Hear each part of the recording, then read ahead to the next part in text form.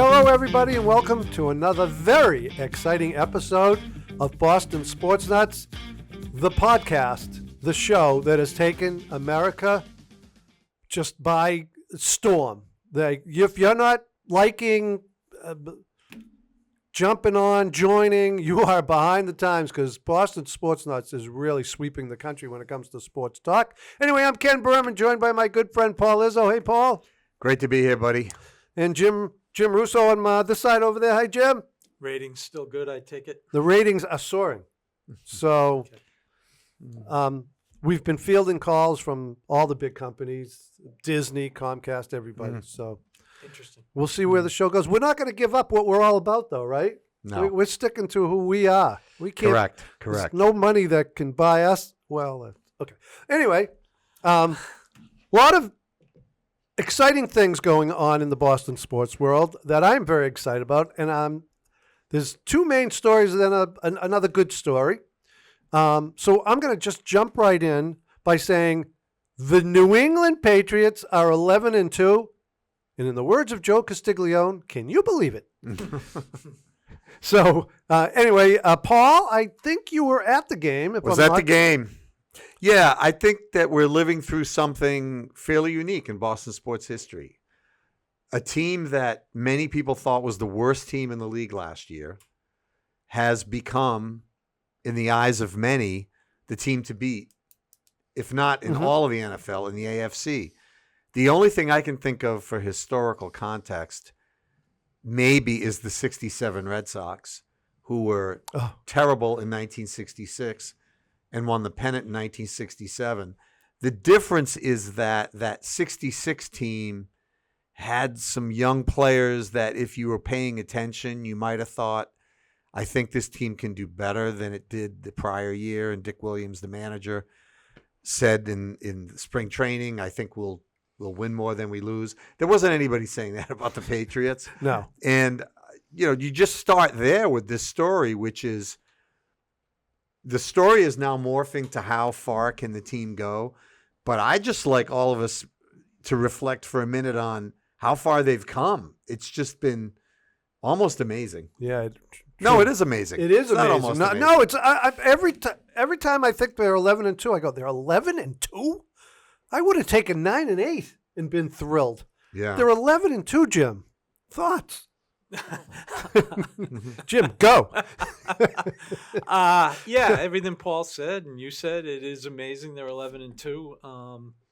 I think it's enjoyable to watch them again, which is big, obviously. And they have some really, really good players. They have a great coach. And, it starts to me with, not to reignite the old Brady-Belichick debate, but you need both. And they got the coach, apparently, and they've got the quarterback. And, I can't help but think, I'm sorry, all the people that are opposed to tanking, this doesn't happen if the Pats don't lose. I'm sorry.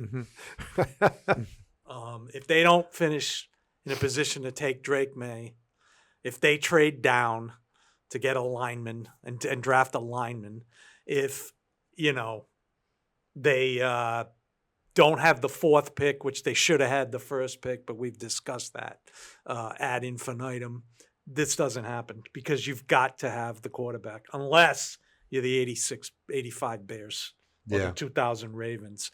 And they've obviously got the quarterback, and I'm sure you guys are going to talk about what he's done. But so is the question that pops in my mind now, where they're 11-2 and the way they're playing and stuff, are they the best team in football? Record-wise says yes. What do you think, overall? Well, I think football's unique among the sports because when you talk about who's the best team, you can get hung up on a lot of different things that really don't matter. For example, going into the season, Buffalo, Kansas City, Detroit, Philadelphia were considered arguably the chalk. Those were the four. Yeah, faves. Several of those teams are not even vying for division titles at this point, right, hoping to just sneak into the playoffs. But there's this sense when you look at those teams that they're actually better than the Patriots. So who's the best team right now? I don't think that's the question. I think the question is what team is playing the best right now? And by all accounts, it's the Patriots. Right. They have the longest streak in, I think, over 60 years of scoring more than 23 and allowing less than 23, which tells you they've been very consistent. Mm-hmm. They don't look to me like a team that's going to get blown out by anybody. I don't see any major weaknesses. So rather than say I think they're the best team, I'll say I think they have as good a shot as anybody else to get to the Super Bowl. It's interesting because before the season started, I remember us talking, and maybe you and I, Paul, talking on the phone one day about where's the talent? I don't see the talent. You know, we knew Drake May could be good.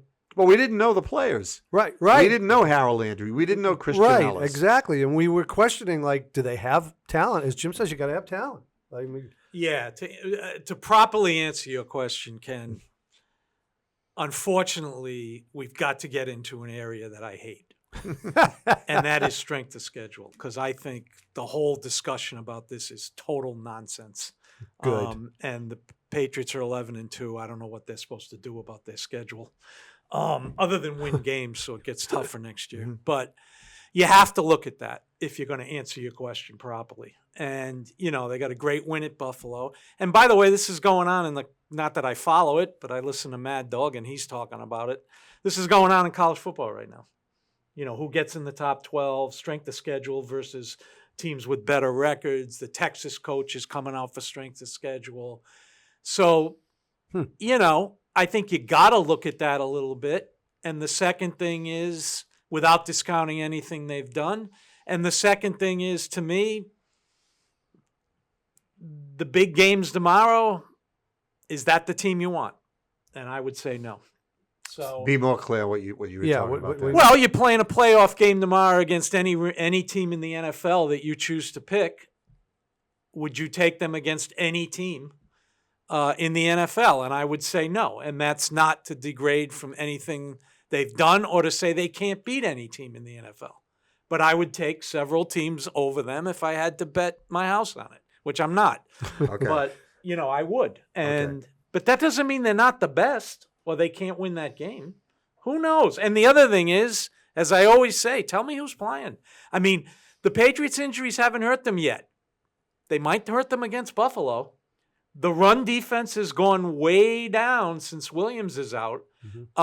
So who knows who's going to play? The Chargers, Justin Herbert just got hurt. Yep. The Chiefs can now win that division. Chargers have a brutal schedule, and Herbert has a broken left hand. Now, he may play, but that could affect the whole division. So, I don't know. Yeah. Paul's waiting to say something on this. So go ahead. No, I understand Jim's point. I think, though, that we also have to acknowledge this is a kind of an unusual season. The Patriots aren't the only surprise in the NFL. Yeah. Buffalo's struggles are a bit of a surprise. Kansas City's struggles are a big surprise. Detroit, maybe you could have seen coming. They lost coordinators. They've had some injuries. The rise of the Denver Broncos, I'm not sure people saw coming. I don't think so. The rapid rise of the Seahawks and the rapid decline of the Vikings. Eagles have struggled at times. Dallas started off poorly. Now they're playing well. A lot of these things were not the anticipated things. It's been a very unpredictable year. The thing that I like about the Patriots is that, yes, they've played a schedule that's not the toughest. They haven't had to play Philadelphia. They haven't had to play the Lions. They haven't had to play the Rams. You know, you can list all these teams they haven't had to play. However, they're winning the games, and when you watch them, they look like they're the better team on the field that day. Mm-hmm. And I'm not sure what else they can do They Nothing. can't do to anything answer else. that That's criticism. why I hate that discussion. Is Yeah. They can't do anything Right. else. All I'm saying is, if to answer Ken's question, they're not, as you said, they're not the only surprise team. I mean, my least favorite team in football, Denver, is 10-2. Pats Yeah. have a bye this week, and if Denver wins, there goes the number one seed to Right. Denver because they get the tiebreaker, which I'm not big on home field advantage, but I would rather play Denver here. And I'm not big on home field advantage. Right. But So- that stadium is a nightmare. It is for the Pats. Yeah. I don't know why, but they're 10-2, and like Paul said, nobody expected that, and they could very easily go. Actually, they are going. The odds are they're going to go 11-2, and the Pats are going to be now second. And there's only one bye. There used to be two. Right. Yeah. This race is important. It And is. as Bobby Knight would say, a bye is moving on. It's a win. My biggest worry about playoff time is just the inexperience. That's the only thing I think about, because they are playing great football and they look like the best team in the league. But playoffs is a different story, and I just always worry about experience. Well, the other thing to me you got to worry about. Let's say, for argument's sake, Denver wins Sunday and the Pats are second. Let's also say, argument's sake, the Pats hold that position at second and Denver holds one. Who are you going to play? I don't know. Because as Paul said, some of the better teams are not playing as well. That doesn't mean they won't play well in the playoffs. Right. Playing Patrick Mahomes in round one is a possibility. Oh, Playing Josh Allen, in round one is a possibility. This isn't the Brady Pats playing a weaker team in round two because they got a bye. Mm-hmm. yeah. That is dangerous. I'm sorry. I don't care what the records Oh yeah, are. absolutely. That's my worry because those guys are experienced. Yeah. At that This point. is 0-5 all over again. When Belichick had Castle, we believe, well, Castle did it on his own, but I don't think we think that, throw the ball out of the end zone, so he did not win the last game and avoided the Steelers, and he proved to be correct because Ben Roethlisberger got hurt that year, came back late. Steelers were the 6th seed. Steelers won the Super Bowl because they had Ben Roethlisberger and a good team, which they didn't have for a lot of the season. Yeah. Hey, can I? Good memory. Yeah. So just some fun, exciting things that I'll throw out a name, whatever you want to say. Marcus Jones. Well, he's one of the best players in football right now. Wow. Okay. I mean, look at what he's done. Mm-hmm. He's had serious impact on multiple games, big plays. 2 punt returns for a touchdown, a pick six for a touchdown. Mm-hmm. He was defensive. I think he was defensive player of the week and special teams player of the month Right. on different occasions. I might have that backwards, but I don't know what else you can do. Yeah. If you're playing those roles. Tremendous player and another really bad draft pick by Bill Belichick. I mean, Yeah. why would he take Marcus Jones? Yeah. He's too short, right? Yeah, too short. Jim? Drake May. My vote and many others for MVP. What can you Let me say? write that down. Leads, Do you get an MVP vote? Because you do this No, show, I so don't. you can. No. Yeah. Okay. Can I say something about Drake May? Yeah. Of course. One of my bugaboos is people say you can't compare. Yeah, I can compare. He's comparing. I can compare myself to Kareem Jabbar. I can do that. You can. He's better than you. He's better than I was at basketball. Right. Can he write a one law brief, quality though? that May has that Brady had Mhm. is when I'm watching him come back with the ball behind the line of scrimmage, I see a guy that's calm and the game seems to slow down for him. Mm-hmm. I don't see a guy that's harried. I don't see a guy that's patting the ball. I don't see a guy that looks like he doesn't know where he wants to go with it. I see a guy that makes tiny little moves in the pocket to avoid the rush. Don't ask me which play it was, but there was one the other night where he just moved 6 inches to the right to avoid a sack and made a nice little pass to get a first down. Mm-hmm. Those are the kind of things he does, in addition to all the physical things he does, which are superior. Throwing long passes into tight windows, connecting with guys down the sideline, making plays on the run. His completion percentage is over 70%, which is unheard of. Right. So all those things aside, what I see is a guy that seems to be under control, seems to have his composure in the pocket, and Can I say something about him? just a Yeah. kid. Go on, Jim. Drake May. He leads the league in completion percentage, passing yards, and passer rating.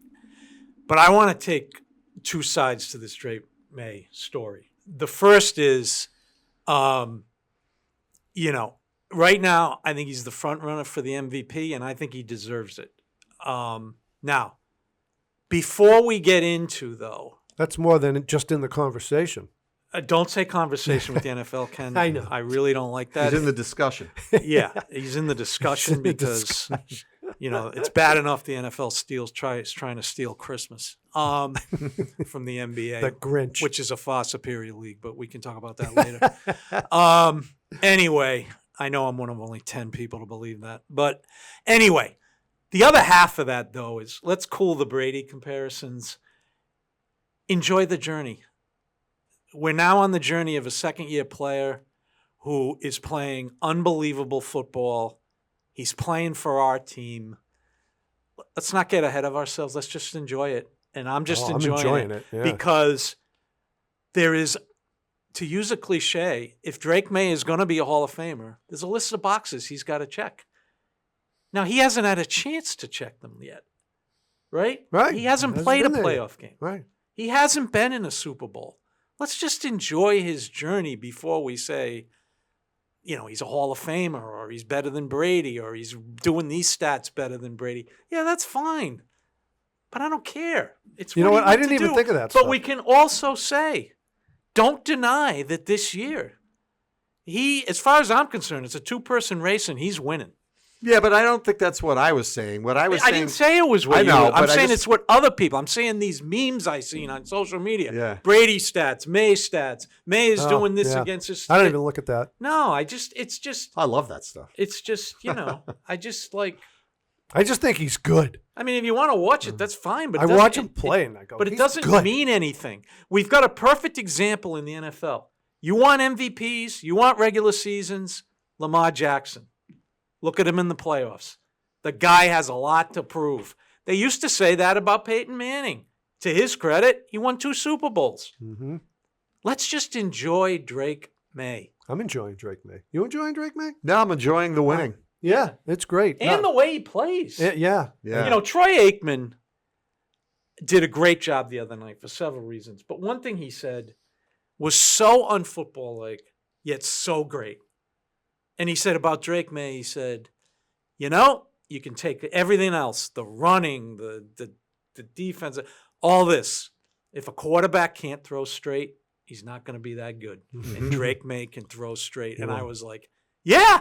Yeah, he's Simple, but it makes sense. very Yeah. accurate. We do get hung up on all the other Yeah. skills. And I want to move on a little bit on this, but I keep thinking to myself, if I'm the fans in the other cities in the AFC East, I'm going, again?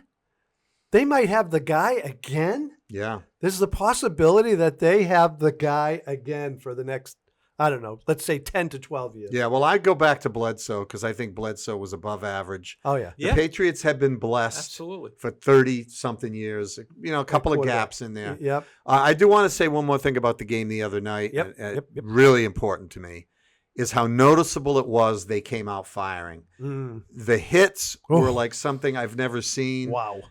People have compiled the hits on social media.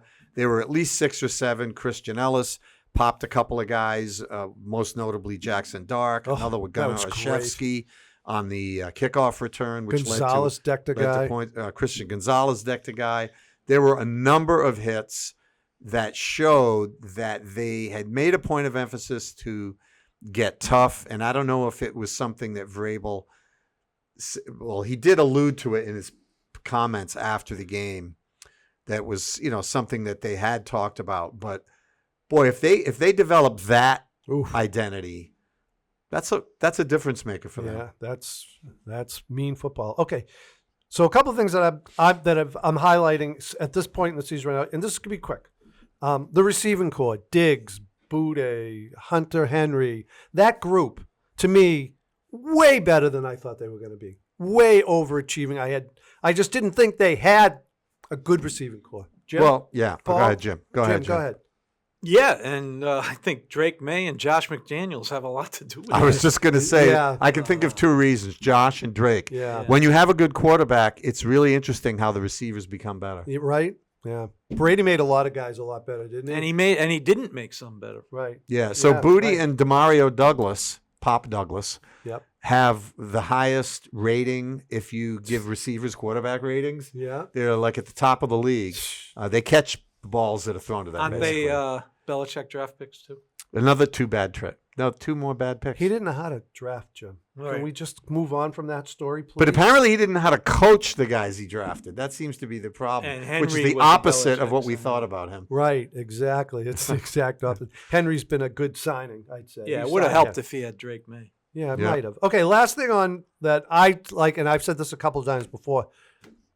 You just said Josh McDaniels. We mentioned the coaching staff it's 1,000% better than it's been in I don't know how many years. Yeah, well, the resumes alone are good, but what we're seeing on the field, I mean, we have 2 former head coaches on the staff, Doug Marrone, Josh Yeah. McDaniels. We have guys in subsidiary positions that have good resumes. We don't have community college guys, no Yeah. disrespect. Right. Baptist College of Louisiana. We have guys that have real pedigrees, and that's don't kudos to Mike Vrabel for bringing those guys in and having those relationships. Right. A guy like Gerard Mayo doesn't have those kind of Right. relationships. Well, he wasn't ready. Jen, any thought on the coaching staff? Just Not really. I did just a what good what job? you guys said. I would like to point out in the NFL though that there's another second-year quarterback who's got his team in first in their conference, Mhm. which is interesting because he's in the same draft as Jake May. He's drafted. what's his one. name, Jim? Caleb Williams. Caleb Williams. Caleb Williams. And then we've got the Commanders quarterback who's hurt, who was the best of the 3 last year. And Yeah. who's the Broncos quarterback? Knicks. Knicks. Yeah. Which is he the same draft as May? Or Yes. Yeah, right? They're both Yes. second-year players. And Michael Penix and J.J. McCarthy, Right. a really Good deep draft. quarterback draft. Yeah. Although some of those guys have more success than others, So obviously. it'll be interesting for us NFL fans to follow, especially the top 3, to see who ends up the best. Right. Last year, the Commanders quarterback clearly would have been one, and this year, Right. to me, Drake May is clearly one Yeah. because he It's- should be the MVP. This could be Never- interesting. Never like mind 5 one. years down the road, That's if what I if they all have good. But never mind number 1 quarterback. I think he's the MVP of the league. Yeah. Right. Yeah. No. Yeah. No. Okay. Any wrap up on the No. Patriot? Okay. So the other great story to me in town, being a Boston fan, thus the name Boston Sports Nuts, in case you didn't get it. Although everybody gets it because the show's sweeping the country. So I've already said that a few times. Ratings are incredible. Like us on YouTube and subscribe. I don't even know if you can. The Boston Celtics. Can we edit that out? The Boston Celtics, my favorite team of all. Not that I don't love all Boston teams. They're my favorite. Been following them the longest. My favorite sport. The Boston Celtics are 12-9. They're playing way over their talent level, I believe. And I just find them to be exciting, playing faster, watching some all-out hustle every game by the guys that coming in off the bench. I'm just, Jim, I'm just thrilled where they are, to tell you the truth. Yeah, I agree. Jaylen Brown has stepped up to be one of the top players in the NBA right now. He's proved to be a fantastic leader. And, he called out the team one night, a la Larry Bird. They responded. They've beaten, in the last 5 games, they've beaten what arguably is the top 4 teams in the East. Right. In Orlando, Cleveland, Detroit, and The Knicks. and the Knicks last night.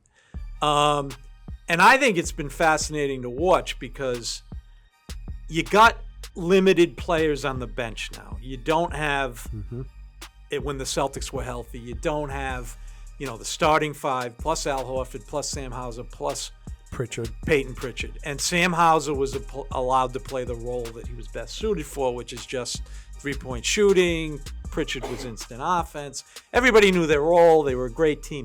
This is different because one night, like last night, it even broke down to halves. Hugo Gonzalez gave the team an incredible spark in the second quarter. With Brown, the 2 most valuable players on the court. But in the fourth quarter, he was making some mistakes. Yep. That foul, which was clearly a flagrant. I knew it right away. And then Missoula went to Jordan Walsh, who hadn't played as much as he played in the last few games. And then Jordan Walsh made some phenomenal plays down the stretch. So He had a great fourth as a quarter. coach, you really don't know what you're going to get on a given night from guys like that. And throw in Josh Minot, who hit some big threes last night. You don't know. Blocked a big shot. So as a fan, as we're watching, we don't know who's going to play a lot in that game. I mean, Anthony Simons is a phenomenal offensive player, but this game's he's played 12 minutes. Right. And so far, Ken, I'm thrilled with, and the progression of Neemias Queta, who, by the way, the biggest progression on him is now his coming off the pick and roll. Right. Scal correctly pointed out how he was so late on those. In the first quarter, didn't he get 3 dunks? I think so. Something like that. He kept him in the They're game. much better when he's on the court, and it's been fun to watch. How long they can keep that going. I think they should get better. It's just other teams will get better. So we'll see what happens. I mean, I think they're 8th right now, but they're only a game or 2 out of 6, which gets you the bye. Yeah. So, Paul, your thoughts on the Celtics? I think the Celtics being 12-9 is almost as remarkable as the Patriots being 11-2. Mm-hmm. Their roster was gutted in the offseason. They lost their best player, their veteran potential Hall of Famer in Drew Holiday. They lost their unicorn KP, Kristaps Porzingis, Al Horford, their reliable big man off the bench. They lost Luke Cornett. I'm forgetting somebody. There were 6 guys.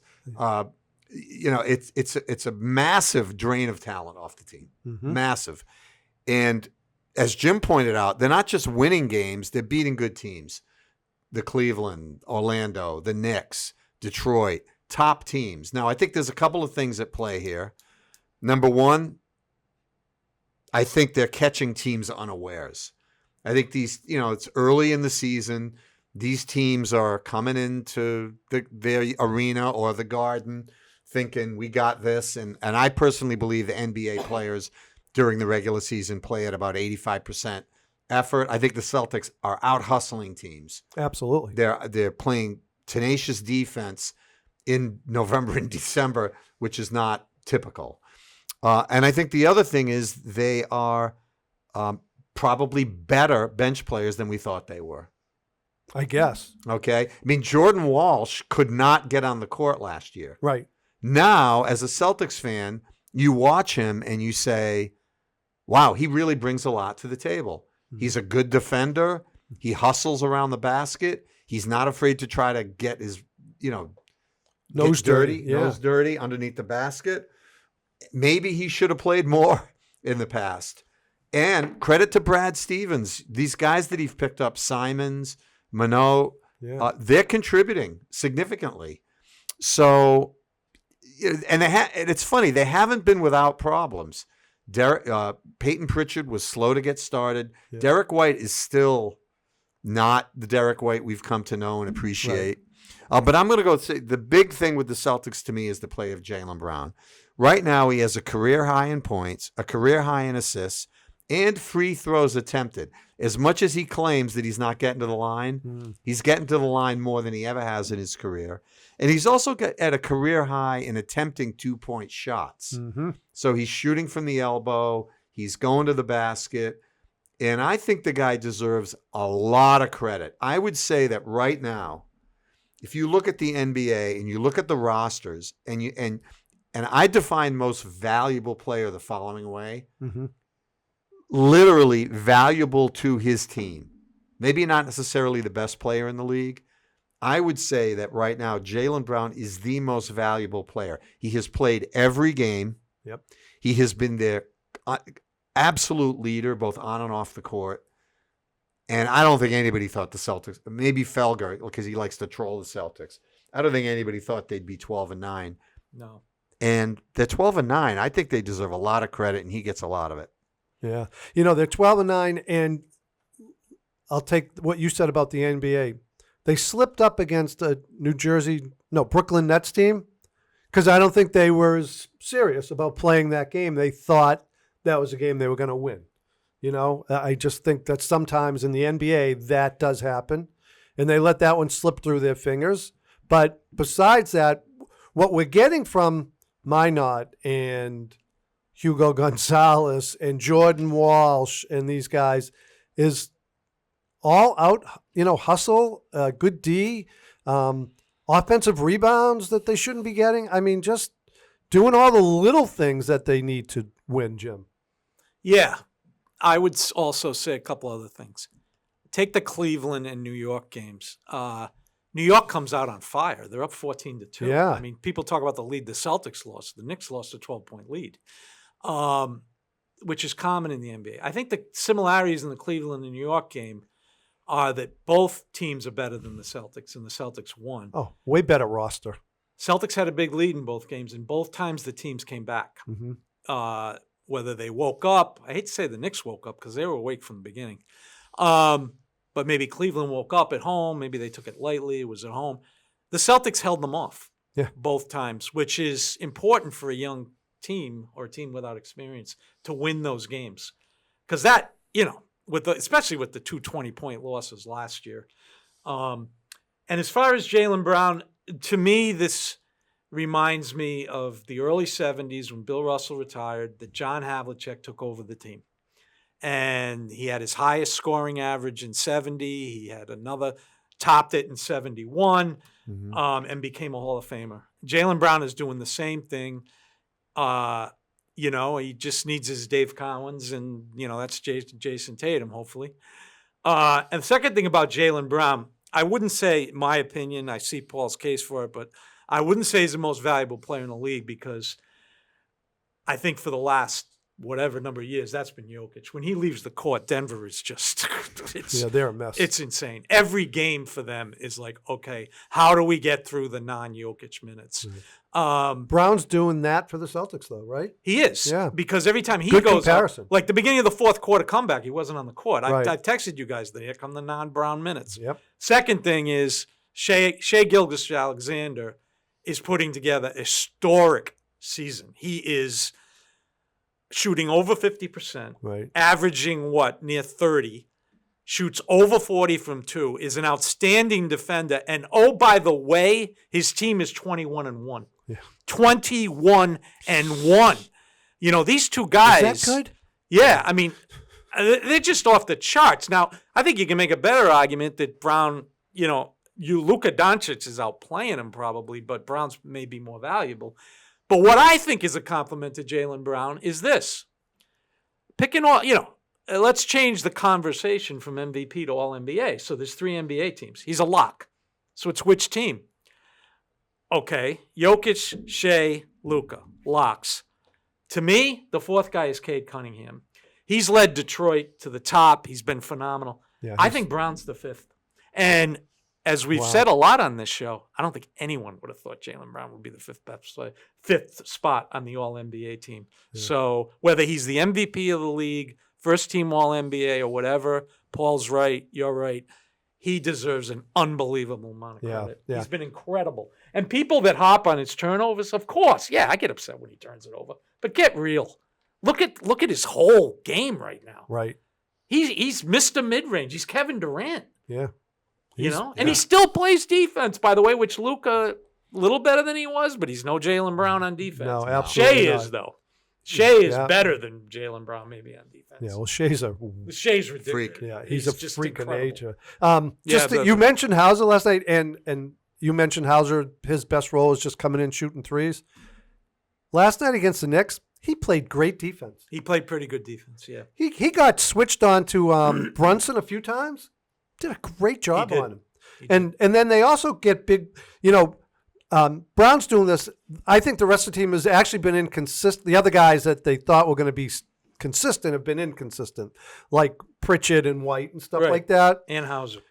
They've been inconsistent, and so that's even more testament to Brown that they've done this. But boy, last night all of them were blocking shots and Wall's coming up with offensive rebounds and let's talk about one thing from last night. Now, Joe Mazzulla has his quirks. Joe Mazzulla, like any coach, he's doing a good job. He like any coach, a lot of credit. Every decision isn't right. He is pulling a balancing act with all these subs because they're all limited. For instance, Ugo second quarter, Walsh. And Luka Gaza, by the way, hasn't played in a couple of games. Right. Because I think he just doesn't think he's quick enough. And he's playing these small lineups. Right, a lot of small lineups. He started Tillman against Cleveland, and Tillman played pretty well. Hasn't played him since. Last night, Joe Mazzulla, in my opinion, put on a masterclass of coaching. Let's start with this. There's a term in the NBA and the playoffs called pigeon hunting. The Celtics did it to Luka Doncic against Dallas. Whoever he was on, they went after.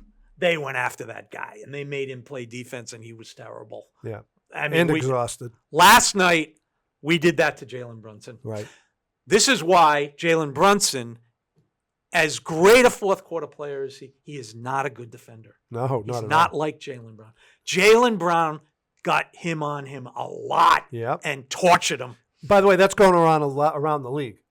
What? That Brunson's getting. Yeah, they tortured him. Yeah. Now, in the fourth quarter, they put Bridges on him, Mm-hmm. and the Celtics were trying to set picks, and the Knicks just said, we don't care about Walsh and why not? Right. Brunson and Bridges are going to double team Brown. Sound familiar? Like Jason Tatum. So good job there. Brown found the open The guy. Ugo Walsh, and you know how hard it is to get the perfect timing? That's not going to happen every game. I'm sorry. I don't care if Red is coaching. That's not going to happen every game. Right. But him putting Walsh in for Ugo, who had played so great at that time, and then getting what he got out of Walsh, and playing those small lineups. Right. Uh, Carl Anthony Towns should have had 50 last night, but he didn't know what the heck to do. And by the way, because I want to move on, I'm not so sure the Knicks made the right move by getting rid of Thibodeau and putting in Mike Brown. oh my God! Last night, Reggie Miller kept praising Mike Brown, and they showed that chart of Thibodeau versus Reggie Miller.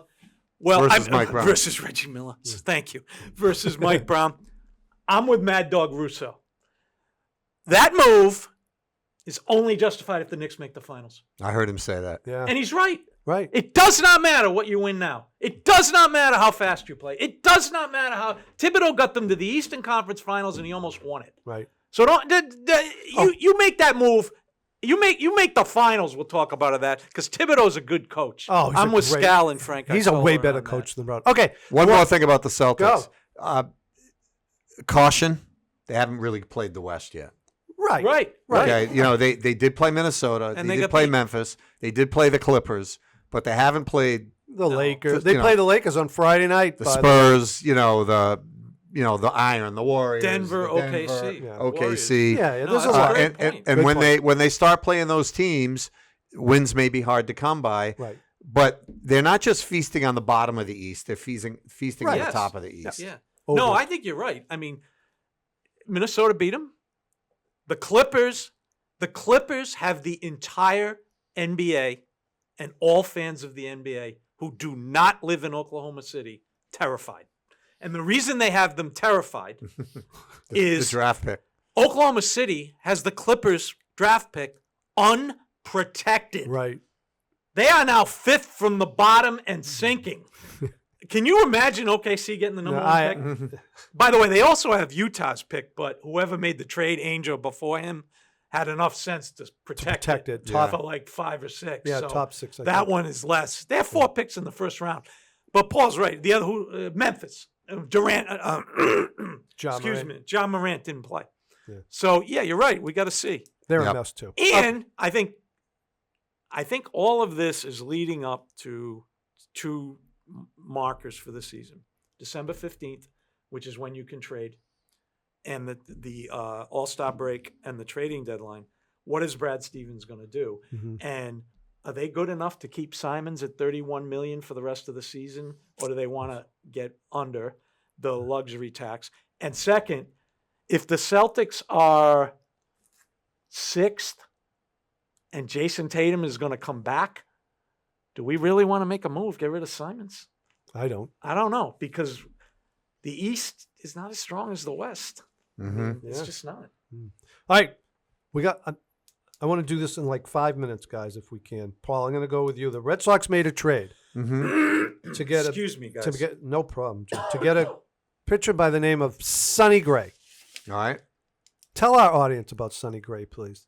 Well, he's a veteran pitcher. He's been around. He's pitched for 4 or 5 different teams. I think the most impressive thing about him is durability. The Red Sox have gotten a guy that, assuming that he does what he's done recently, is going to give them approximately 28 starts with an ERA of slightly under 4. And I think they'll take that. His innings, his strikeout totals generally exceed his innings pitched, which is something that's a good thing, especially in Fenway Park where you want to keep the ball out, off the bat. And I like it. I don't think it's a significant upgrade for the pitching staff because Giolito's gone. So they didn't, they're not adding a guy, they're replacing a guy. So they have Crochet and now Sonny Gray. Who are the other guys? Now they have Bayo, they have other younger guys that perhaps will stick around and maybe there's time for another move. But I'm not going to get too carried away with this signing for the reason that he's not signed long-term. Right. So it's not a long-term solution to the problem of depth. And I refuse to fall into that. Is he a number 2? Is he a number 3? Is he a number 4? Oh my God. Is there a worse thing to talk about on sports radio? The minute I hear someone say, he's not a number 2, he's a number 3. Oh, what does that mean? Right. What does that mean? First of all, in the postseason, your number 1 often can't go first because he just pitched in the last series. Right. So everything gets all gobbledygooked and screwed up. Anyway, he's an addition to the team. Right. I think he's a positive addition. They didn't give up a whole lot to get him, but I don't see it as a major improvement to the roster. Okay. Well, and I agree with that. I'm just glad they did it because the Giolito thing I thought was okay to let him go. I didn't have a problem with Giolito going. Well, his injury history. Yeah, They paid him injury. a lot of money. He really didn't produce very much. Right. So I think they're actually a little bit better than Giolito with him, but they could use another one. Jim, your thoughts on Yeah, Sonny I'm going to Gray? give you an analysis by former YD pre- and postseason host. His name is Leo. He is a diehard Yankee fan, and he has made up his own stats. Execution plus, I believe, is his stat, and I could be wrong on that, but I think it is. He listed his pitches by usage and execution. He's also got a graph of his 5-game rolling pitch usage, his 5-game rolling execution plus. I'm not going to go through all that. Thank God. Yeah. But what I will I don't even know what it means. What I will do is his conclusion. Now, keep in mind, this is a Yankee fan. So his conclusion is Sonny Gray, the newest Red Sox, is an execution plus darling with 4 of his pitches grading out as above average. Having 2 nasty breaking balls to play off that plus fastball is hard to find. The Sox have found themselves a great 2-3 starter for 2026. I'm with Paul on the 2 and 3 stuff. But let's just say, might substitute. They found themselves a good starter. Yeah, they got a good starter, right? Are they done? Thank you, Leo. Are they done? No, I think they'll make more moves. And to their credit, they made moves last year. Mm-hmm. Some people thought that Breslow had a great offseason. I think he had a decent offseason. Yeah. The Crochet trade obviously was a great move. Yeah. But it does appear to be a franchise that is willing to take not the biggest spending path to winning. Mm-hmm. It looks like they're trying to figure out how do we combine bringing players up at cheaper dollars with signing the occasional free agent or making the big trade for a guy like Crochet. I don't think they're the kind of team that's going to be on the hunt for huge free agents, American-born free agents. Yeah. Japanese free agents, something different. There were 3 or 4 guys they're looking at, pitchers, hitters.